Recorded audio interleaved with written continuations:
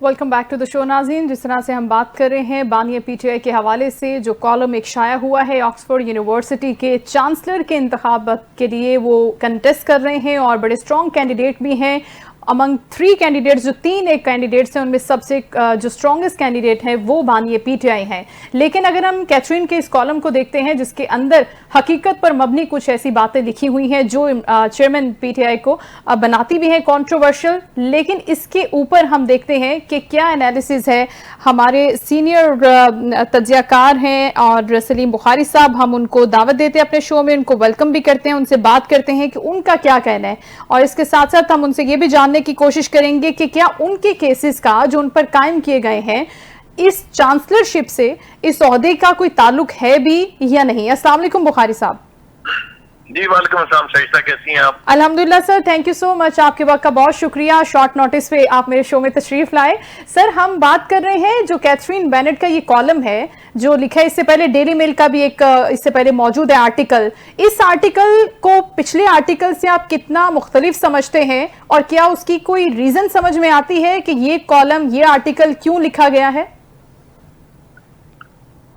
देखिए, इसको दो तरह से देख सकते हैं आप। पहली तो सूरत हाल ये है कि क्या वो एलिजिबल है चांसलर का इलेक्शन लड़ने के लिए या नहीं है। क्या कोई गैर मुल्की जो है वो चांसलर बन सकता है या नहीं बन सकता है जी। तो एज सच उनके एक फॉरनर होने की हैसियत से उनके चांसलर बनने पर तो कोई कतगन नहीं है। ठीक, वो बन सकते हैं और गालबन यही वजह है कि उनकी जो एप्लीकेशन है इस इलेक्शन के लिए वो एक्सेप्ट, यानी एक्सेप्ट होने की मुराद ये है कि वो दाखिल हो गई है, वो he is now a candidate. ठीक। लेकिन उसके साथ साथ बहुत सारे क्राइटेरियन हैं जो मुंसलिक हैं चांसलर बनने के साथ।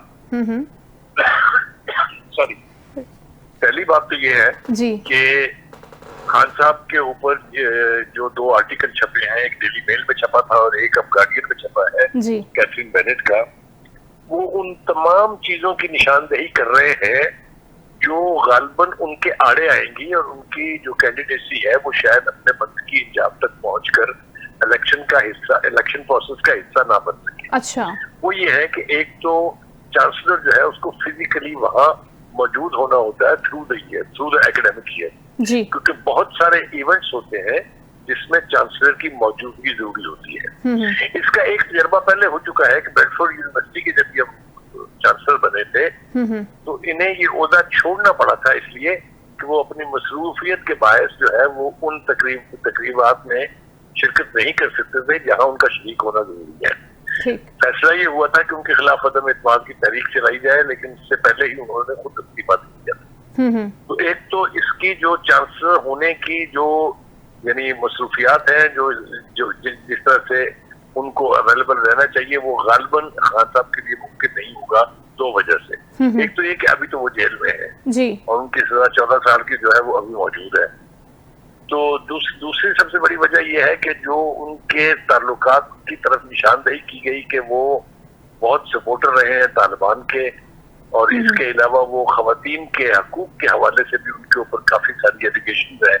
ये 2 बातों को लेके यूरोप में बहुत स्ट्रॉन्ग यानी एक्सेप्शन की दी जाती है और इनको किसी तरीके से भी कोई दरगुजर करने के लिए तैयार नहीं है।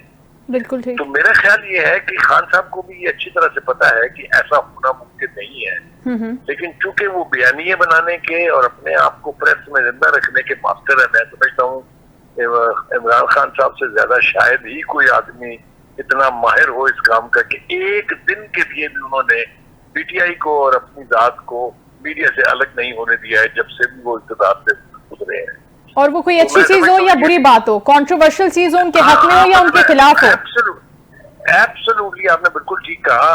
आप देख लीजिएगा जितने भी बयानिए बने हैं उनमें से 99% पर वो खुद बैक एंड फोर्थ होते रहे हैं कि वो जो उन्होंने कहा था कि यू टर्न लेना जो है वो बड़े लीडरों की निशानी है, वो सुबह कुछ कहते हैं शाम कुछ कहते हैं। एक तरफ कहते हैं मैं मिलिट्री एस्टैब्लिशमेंट से बात करूंगा, दूसरी तरफ कहते हैं उसके चीफ को मैं कब तक नहीं छोड़ूंगा। तो ये जो इस तरह की बैक एंड फोर्थ की कैफियत है उनकी, ये उनके ऊपर हर वक्त तारी रहती है। तो इस सारी बैकग्राउंड में मेरे ख्याल से जो वेस्टर्न प्रेस है वो चूंकि उन्होंने कैंपेनिंग शुरू कर दी हुई है ऑलरेडी उनके खिलाफ, ये 2 बड़े अखबार हैं जो 2 बड़े मीडिया के आउटलेट्स हैं, उनमें उनकी मुखालफत हो रही है। किसी में भी चाहे वो कैथरीन बेनेट का आर्टिकल है, चाहे डेली मेल का है, किसी ने भी उनकी कैंडिडेसी को सपोर्ट नहीं किया है। तो अगर ये कैंपेन इसी तरह से बिल्डअप होती रहेगी, और दूसरी बात यह है कि यकीनी तौर पर हुकूमत वक्त जो इस वक्त यहाँ पर हुकूमत है, वो भी लॉबिंग तो जरूर कर रही होगी कि ऐसा ना हो कि कहीं ये चांसलर बच जाए और इनको छोड़ना पड़ जाए एप्लीमेंट। तो ये काफी सारे फैक्टर्स हैं जो एक साथ काम कर रहे हैं। जी शायद। और इसमें से जीतता हुआ कौन सा फैक्टर नजर आ रहा है? जो आपने लास्ट में बात की है ना कि अगर वो जीत जाते हैं तो जो वो वाला अगर है वो बड़ा खतरनाक है सर, आपको लगता है कि वो बैकएंड पे कहीं ना कहीं बड़ा इफेक्टिवली काम करता हुआ नजर आ रहा है? देखिए, अगर वो इलेक्ट हो जाते हैं तो न सिर्फ यूनिवर्सिटी की तरफ से बल्कि पूरा जो वेस्टर्न मीडिया है वो दबाव डालेगा पाकिस्तान हुकूमत पर कि चांसलर को छोड़ेगी आप। यानी उनको जेल से बाहर लाने के लिए जहां बहुत सारी और कोशिशें हो रही हैं, उनमें ये एक बड़ी बारावर और बहुत यानी पॉजिटिव मूव होगी अगर वो चांसलर मुंतखब हो जाते हैं कि उनको फिर जेल से बाहर लाया जाए। मेरा नहीं ख्याल कि हुकूमत वक्त भी चाहेगी कि ऐसा हो। और दूसरी तरफ जैसा मैंने कहा कि एक बाकायदा स्टूडेंट्स की लॉबी भी है जो उसके खिलाफ है। मिसाल के तौर पर जो वहाँ की खवातीन है, उन्होंने ऑलरेडी अपनी रिजर्वेशन एक्सप्रेस करना शुरू कर दी है कि चूंकि खान साहब के बयान जो है खवातीन के उनके लिबास के हवाले से वो एक्सेप्टेबल नहीं है उनके लिए। बिल्कुल ठीक।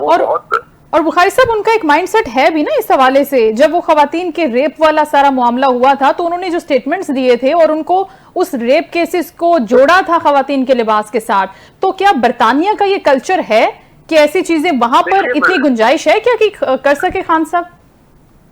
देखिए, जो वो लिबास के हवाले से हम बात करते हैं ना, वो सिर्फ लिबास पर कमेंट नहीं था, बल्कि वो इतनी सीरियस बात है कि उन्होंने कहा कि खवातीन जो लिबास पहनती हैं ये मर्दों को प्रवोक करता है और वही वजह बनता है रेप्स की। ये इतना अनगार्डेड और इतना गैर माकूल बयान है कि इसको आप किसी भी सूरत से जस्टिफाई नहीं कर सकते हैं। और यूरोप की जो खवातीन है उनके लिए तो इसको हजम करना मेरे ख्याल से बहुत मुश्किल होगा। और फिर खान साहब की जगह बनाना भी बड़ा मुश्किल हो जाएगा वहां पर। एब्सोल्युटली, आपने ठीक कहा। ये बात भी दुरुस्त है कि उनकी इस कैंडिडेसी के लिए वहां पर दूसरे बुखारी बैठे हुए हैं जिन्होंने ये दरखास्त वहां जमा कराई है कि वो कैंडिडेट है, यानी उनका जो कैंडिडेचर है वो वहां जमा कराया है। और वो उसके बारे में ये कहा जा रहा है कि उनको जमाइमा गोल्डस्मिथ जो है वो सपोर्ट भी कर रही हैं और उनके लिए लॉबिंग भी कर रही हैं, और बहुत से बयानात दिलवाए भी गए हैं इस हवाले से उनके हक में। अब देखना ये है कि ये बैटल कौन जीतेगा। ब्रिटिश मीडिया जीतता है, खान साहब जीतते हैं, या यानी एक अजीबोगरीब किस्म की कैफियत है। लेकिन मुझे ये कश्ती जो है ये मडे चढ़ती दिखाई देती नहीं है, ये बेल मुझे मडे चढ़ती दिखाई देती है। तो बुखारी साहब, आपके इस कमेंट से हम बिल्कुल भी इख्तलाफ नहीं कर सकते। ये बिल्कुल ऐसी ही सिचुएशन बनती हुई हमें नजर आ रही है। बहुत शुक्रिया आपके वक्त का, thank you so much. Bukhari साहब हमारे साथ मौजूद थे, सलीम बुखारी साहब सीनियर एनालिस्ट। उनका भी यही कहना था कि जो चीजें इतनी सादा और आसान नहीं है जितनी हमें नजर आती हैं या दिखाई जाती हैं। अगर वेस्टर्न मीडिया में, बरतानवी मीडिया में, बरतानवी यूनिवर्सिटी में ये चीजें इस हद तक डिस्कस हो रही हैं कि बानिया पीटीआई का जो एक खास अंदाज है खवातीन के हवाले से बात करने का, रेप केसेस के हवाले से, लिबास के हवाले से, कल्चर के हवाले से, वो कंट्रोवर्शियल हैं, तो वहां पर उनको जगह दी जाए, उनको चांसलर जैसे ओहदे पर बिठाया जाए, ये खुद उनके लिए नुकसानदेह है और खुद उनके लिए ही एक बहुत बड़ा क्वेश्चन मार्क है। सो वक्त हमें बताएगा कि आने वाले वक्त में होता क्या है। अगर वो 3 स्ट्रॉन्गेस्ट कैंडिडेट्स में एक हैं तो फिर आगे चलकर कौन जीतता है, क्या वेस्टर्न लॉबी कामयाब होती है या फिर जो एक्चुअली एक मुहिम स्टार्ट हुई है सिविल सोसाइटी की जानिब से, वहां पर खवातीन अपनी शिकायतें दर्ज करा रही हैं, अपनी रिजर्वेशंस दे रही हैं यूनिवर्सिटी को, या वो कामयाब होते हैं। तो ये चीजें वक्त ही तय करेगा। शो का वक्त खत्म हुआ, अपना ख्याल रखिएगा, अल्लाह हाफिज।